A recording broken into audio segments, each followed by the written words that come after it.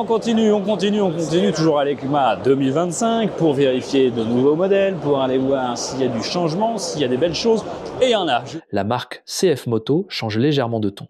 Une marque chinoise qui ne veut plus seulement proposer quelque chose. Elle veut faire parler d'elle dans la catégorie des gros calibres. Bam, blablablam, NKGP.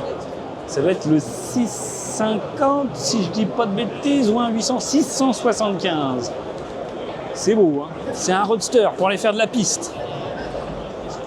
Avec amortisseur de direction, du beau Brembo, une jante pleine à l'arrière. Waouh, c'est sublime. Amortisseur à l'arrière Hollins. Regardez-moi l'échappement à gras. Très très sympa. Hein. Waouh, quelle machine. Qu'est-ce que c'est beau. Autant vous dire que ça, c'est pas pour la route. Hein. Ça, c'est pour taper du chrono. Le stand est sous le thème Future Faster, et oui, je sais, ça sonne corporate. Mais dans ce cas, ça colle. À l'entrée, la première machine qui capte l'œil, la SRRR V4 prototype. Un V4 de 19 cm3, annoncé à plus de 210 chevaux. Poids annoncé est inférieur à 200 kg, aileron actif sur le carénage. CF Moto dit clairement on veut monter dans l'arène des pures sportives. Puis, la surprise un peu moins attendue, la 1000 MTX, nouvelle maxi-adventure de la marque. Bicylindre de presque 1000 cc, composant haut de gamme, roue de 21, devant clairement taillé pour rouler loin et sortir des sentiers battus. 125 SCF, ça, pour le coup, ça a l'air un peu récent et un peu nouveau.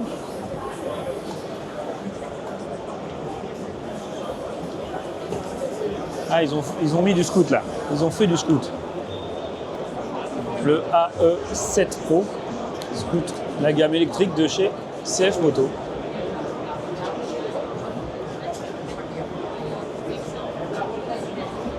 « 112 kg.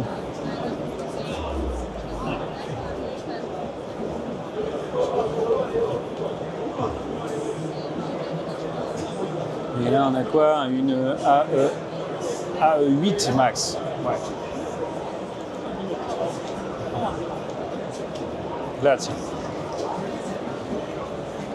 Avec une face avant, tu vois, là, vraiment un peu différente de l'autre. C'est deux modèles assez différents au niveau du style.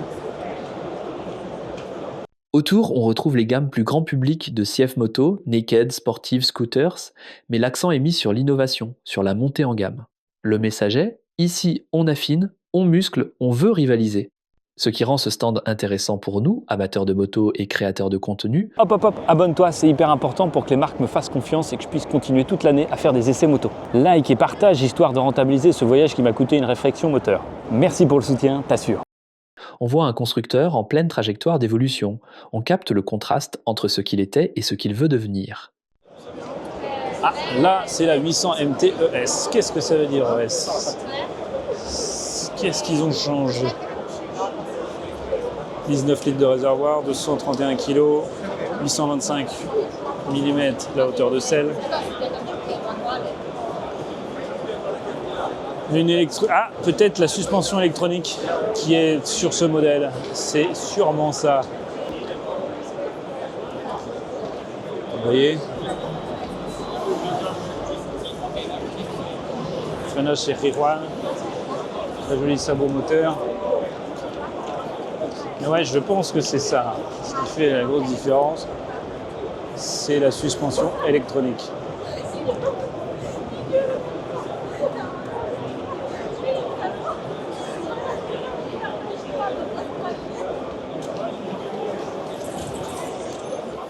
Si tu aimes les machines qui ne se contentent pas d'exister mais veulent imposer un nouveau récit, alors ce stand vaut le détour.